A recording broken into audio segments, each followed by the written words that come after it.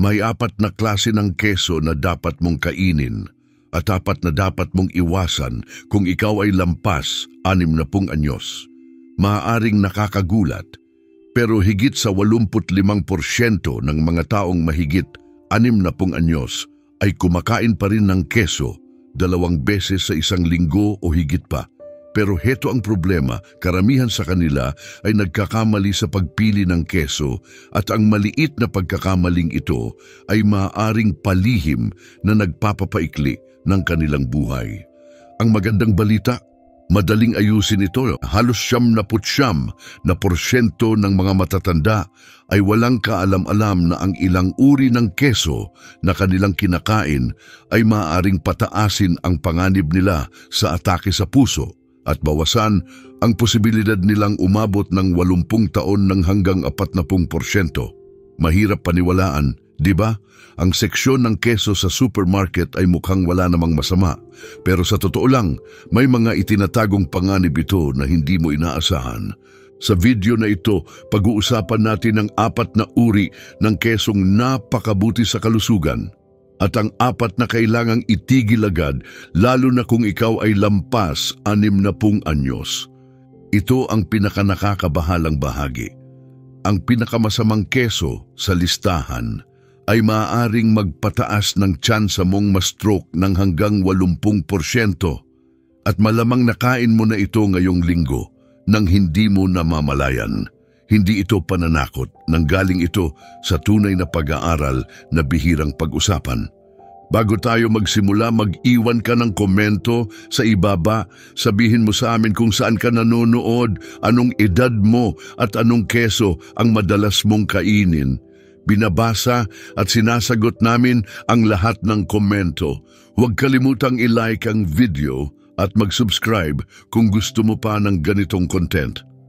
Sige, simulan na natin ang listahan. Umpisahan natin sa mga kesong nakabubuti sa kalusugan. Sa number 4, Aged Gouda. Ang kesong ito ay maaring isa sa pinakamakapangyarihang pagkain na pwede mong kainin kahit patila simpleng keso lang ito na may bahagyang nutty na lasa. Kapag ang Gouda ay inage ng hindi bababa sa 18 buwan, nagbabago ito sa molecular level mula sa simpleng produkto ng gatas, nagiging nutritional hero. Habang tumatagal ito, ang mga protina sa Gouda ay nababasag sa mas maliliit na bahagi na tinatawag na peptides. Mas madali itong tunawin ng katawan, lalo na sa matatanda na mas mabagal na ang panunaw. Kaya't napakagandang opsyon ang Aged Gouda para sa mga seniors na hirap sa mabibigat na produktong gatas. Pero may bonus pa.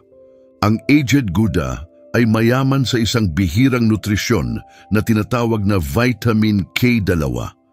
Baka ngayon mo lang ito narinig, pero malaki ang epekto nito sa kalusugan mo. Isipin mo ang K2 bilang traffic enforcer ng calcium sa katawan mo. Imbes na mag-ipon ng calcium sa ugat na maaaring magdulot ng bara, inililipat ito ng K2 sa mga buto, kung saan ito nagpapalakas at nagpapatibay sa katawan. Natuklasan ng mga mananaliksik sa Japan na ang mga taong kumakain ng mas maraming vitamin K2 ay may hanggang 50% na mas kaunting calcium buildup sa kanilang mga ugat at may mas matitibay na buto. Isang onsa lang ng Aged Gouda ay may humigit kumulang 75 micrograms ng K2. Mas marami pa kaysa sa nakukuha ng karamihan sa loob ng isang buong linggo. Bukod pa dyan, ang kesong ito ay mayaman sa isang uri ng malusog na taba na tinatawag na conjugated linoleic acid o CLA. Ayon sa mga pag-aaral, ang CLA ay nakakatulong sa pagbabawas ng taba sa katawan, palakasin ang immune system at labanan ng ilang uri ng cancer. Isa pa sa mga pinakamagandang katangian ng Aged Gouda ay halos wala na itong lactose, kaya't perfect ito para sa mga taong sensitibo sa gatas. Habang tumatagal ang keso, dumadami ang mabubuting bakterya na gumagawa ng tinatawag na postbiotics. Ang mga ito ay kombinasyon ng epekto ng probiotics at prebiotics. Tinutulungan nila ang ating tiyan na gumana ng maayos, binabawasan ang pamamaga sa katawan, at maaaring magpabuti pa ng mood sa pamamagitan ng koneksyon ng tiyan at utak. Para masulit ang benepisyo ng Aged Gouda, hayaan mo munang uminit ito sa room temperature bago kainin. Mas lalabas ang lasa nito at mas magiging madali itong tunawin at i-absorb ng katawan.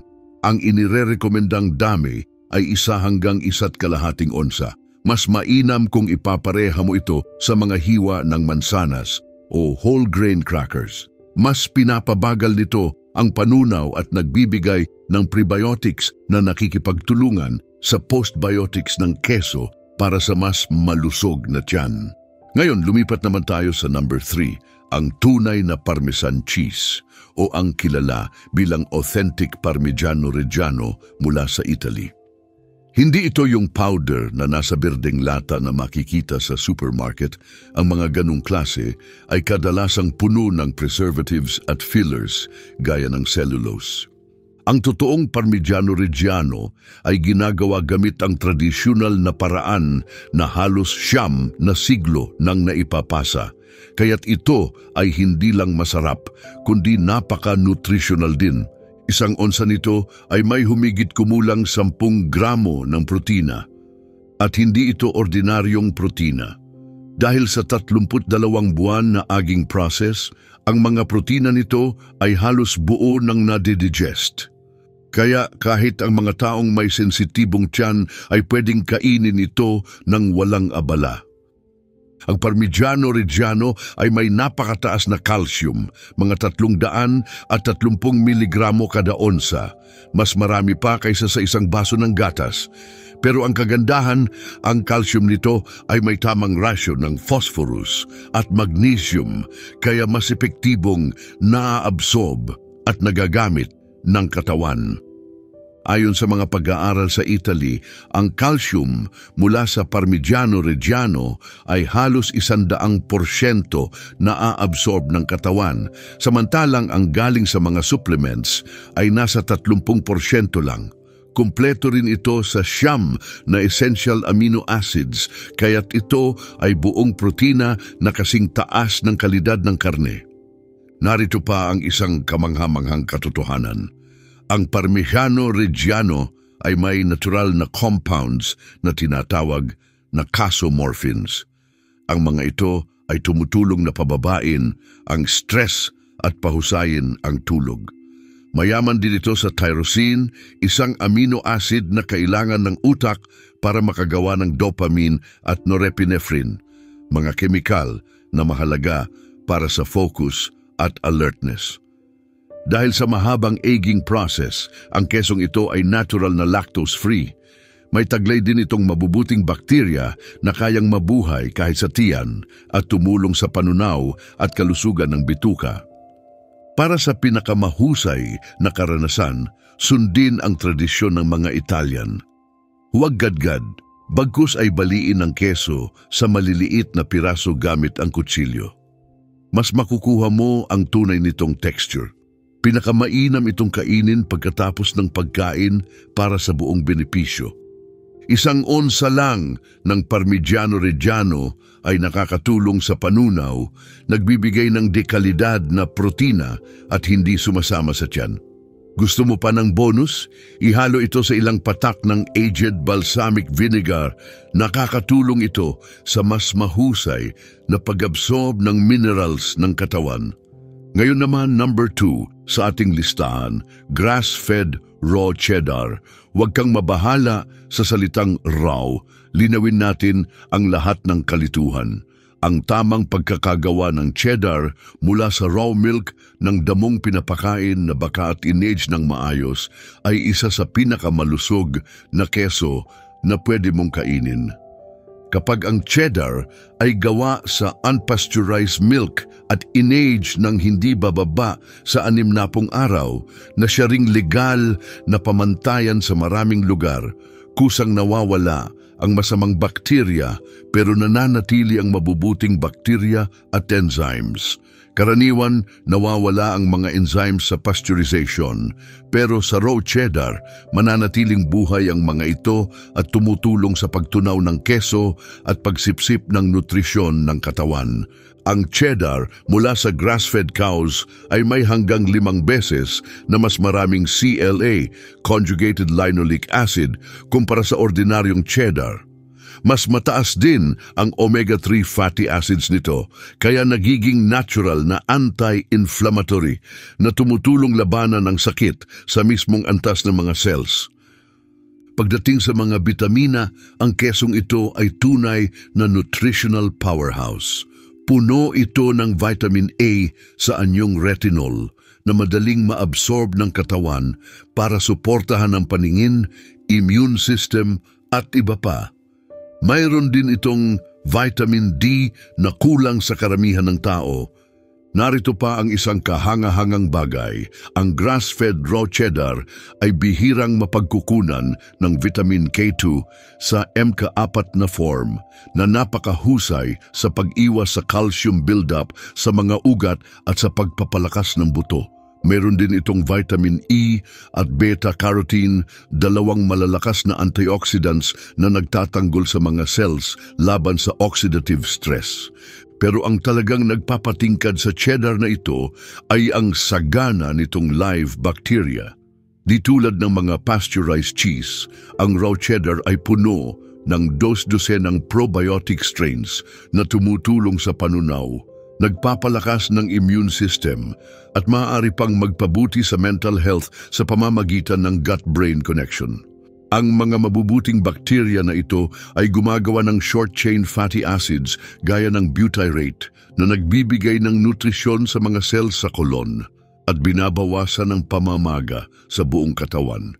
Para makuha lahat ng benepisyo, iwasan ang pag-init ng raw cheddar sa higit 120 degrees Fahrenheit, 49 degrees Celsius.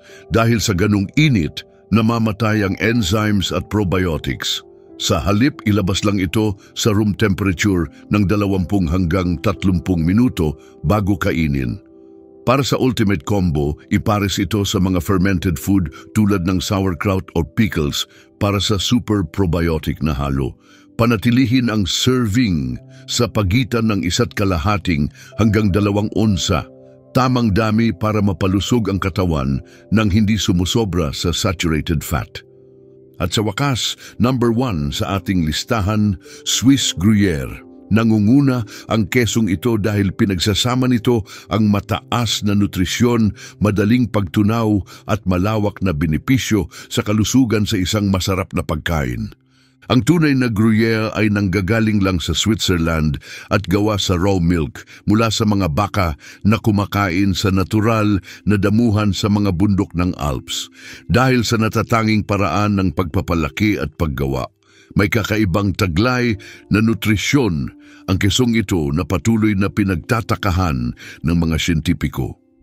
Isa sa mga natatanging katangian ng Gruyere ay ang pagkakaroon ng propionibacteria na gumagawa ng compound na tinatawag na propionic acid habang ina-age ang keso. Ayon sa mga pag-aaral, nakababawas ito ng pamamaga, nagpapababa ng cholesterol, at maaaring proteksyon din laban sa ilang uri ng kanser. Ang parehong bakterya na ito rin ang dahilan kung bakit may butas ang Swiss cheese at sila rin ang gumagawa ng mataas na level ng vitamin B12. Mas marami pa kaysa sa karamihan ng pagkain. Ang Gruyere ay may pinakamataas na konsentrasyon ng mga compound na tumutulong sa paggawa ng glutathione, ang pinakamakapangyarihang antioxidant ng katawan. Ang glutathione ay may mahalagang papel sa pag-aalis ng lason sa katawan, pagpapatibay ng immune system at pagprotekta sa mga cells laban sa mga pinsalang dulot ng pagtanda. Pero habang tumatanda tayo, bumababa ang kakayahan ng katawan na gumawa ng glutathione. Ang Gruyere ay nagbibigay ng mga tiyak na amino acids, lalo na ang cysteine at glycine na ginagamit ng katawan para natural na mapataas ang produksyon ng glutathione. Bukod pa diyan, ang Gruyere ay puno ng mahahalagang mineral gaya ng phosphorus, zinc at selenium. Ang mga nutrients na ito ay nagtutulungan upang palakasin ang mga buto, patatagin ang immune system at panatilihing maayos ang paggana ng thyroid. Isa sa pinakakahanga-hangang bagay tungkol sa Gruyere ay ang husay nito pagdating sa protina. Dahil sa minimum na 12 buwang aging process, ang mga protina sa kesong ito ay nababasag sa maliliit na molekula na tinatawag na dipeptides at tripeptides. Napakaliit ng mga ito kaya halos agad-agad silang naa-absorb ng katawan kahit na walang matinding pagtunaw. Ibig sabihin, nakukuha mo pa rin ang lahat ng benepisyo mula sa pag-ayos ng muscles, suporta sa lakas hanggang sa paggaling ng mga tissue nang hindi pinapahirapan ang iyong panunaw. Ayon sa mga pag-aaral mula sa Switzerland, ang mga matatanda na regular na kumakain ng Gruyere ay mas nakakapanatili ng muscle mass kumpara sa mga umaasa lang sa ibang sources ng protina. Ang Gruyere ay may mga espesyal na compound na tinatawag na lactotripeptides na napatunayang nakabababa ng blood pressure sa natural na paraan. Kaya naman ito ay isa sa mga bihirang keso na nakatutulong sa kalusugan ng puso basta't kakainin sa tamang dami.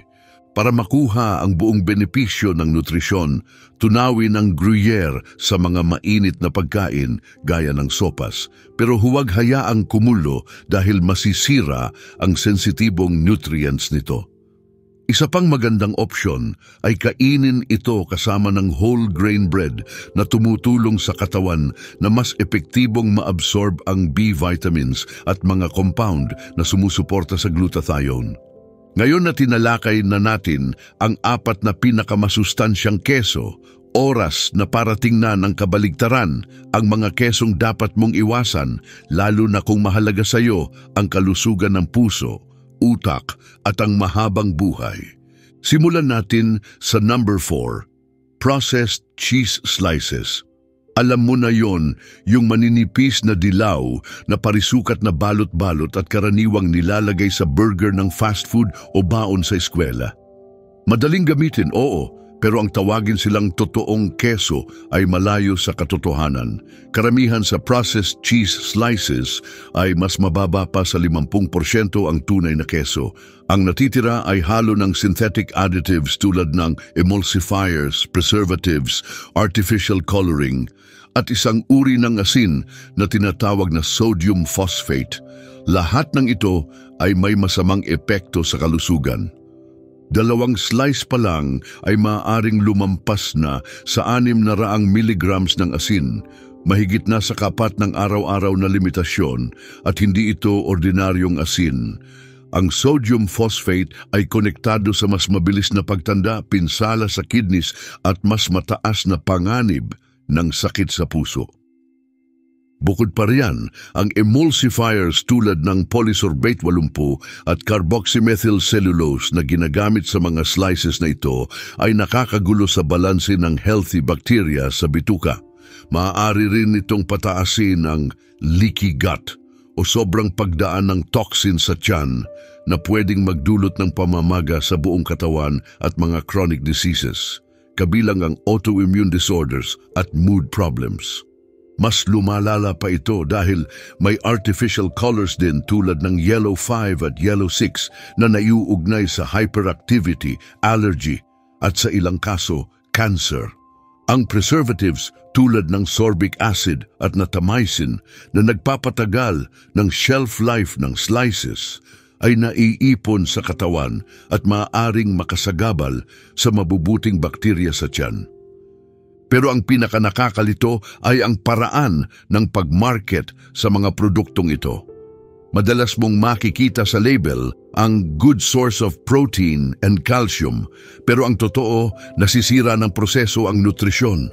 Ang matinding init at kemikal na ginagamit ay binabago ang protina at pinapatay ang enzymes, kaya't nahihirapan ang katawan gamitin ang natitirang nutrisyon.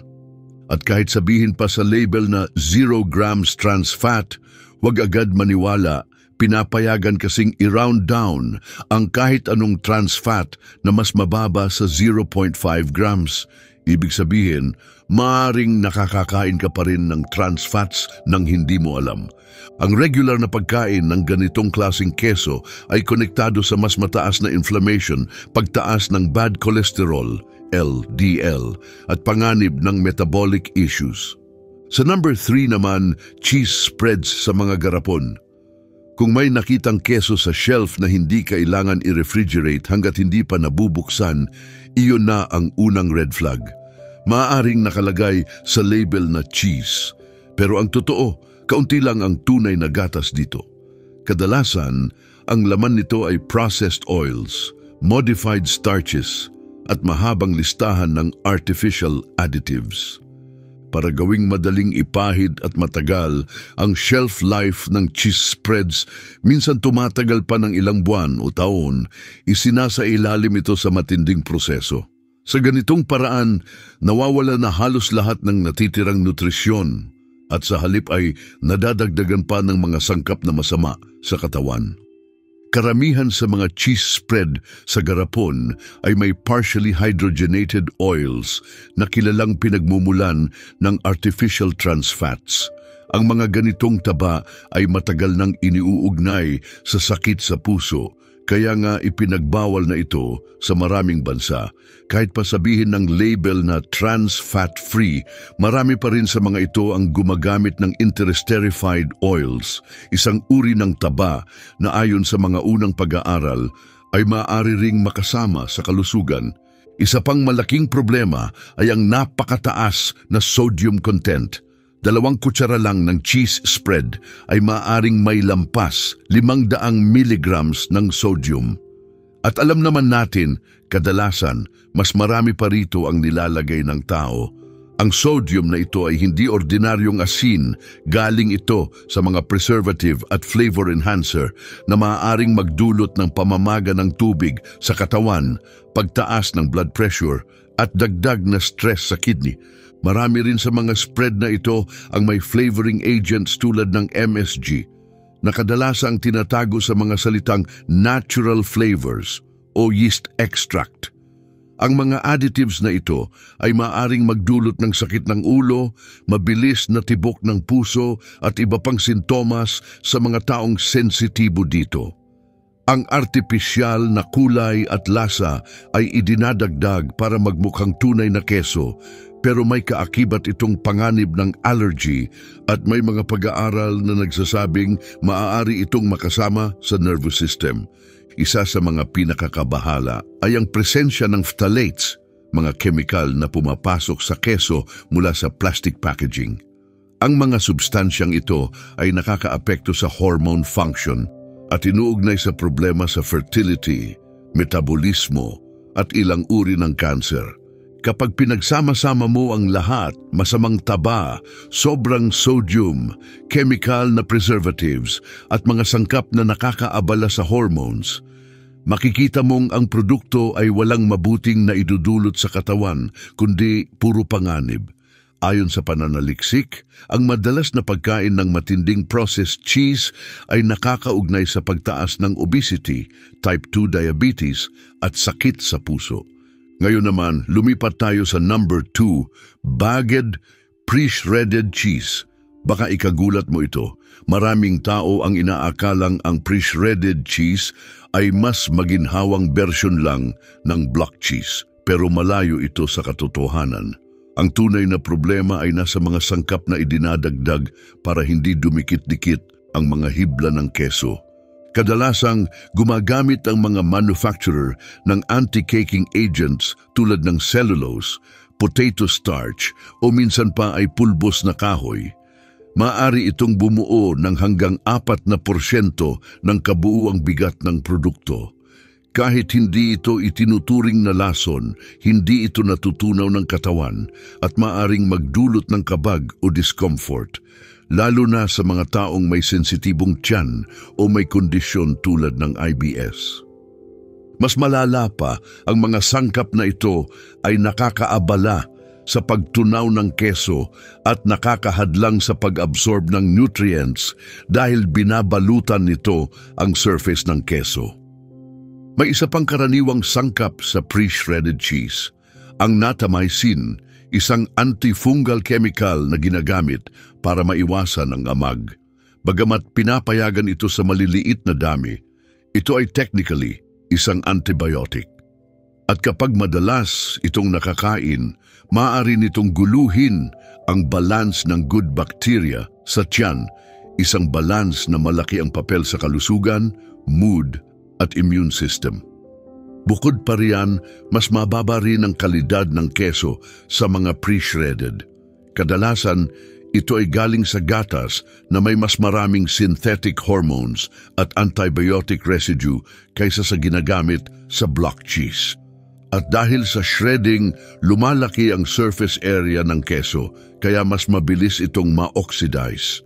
Ibig sabihin, nababawasan ang nutrients at maaaring makabuo ng mapaminsalang byproducts. May isa pang bagay na hindi masyadong pinag-uusapan sa industriya. Ang pre-shredded cheese ay madalas may mas mataas na antas ng histamines kumpara sa block cheese. Ang mga natural na compound na ito ay maaring magdulot ng sakit ng ulo, problema sa tiyan, rashes sa balat, at pagkabalisa sa mga taong sensitibo sa kanila.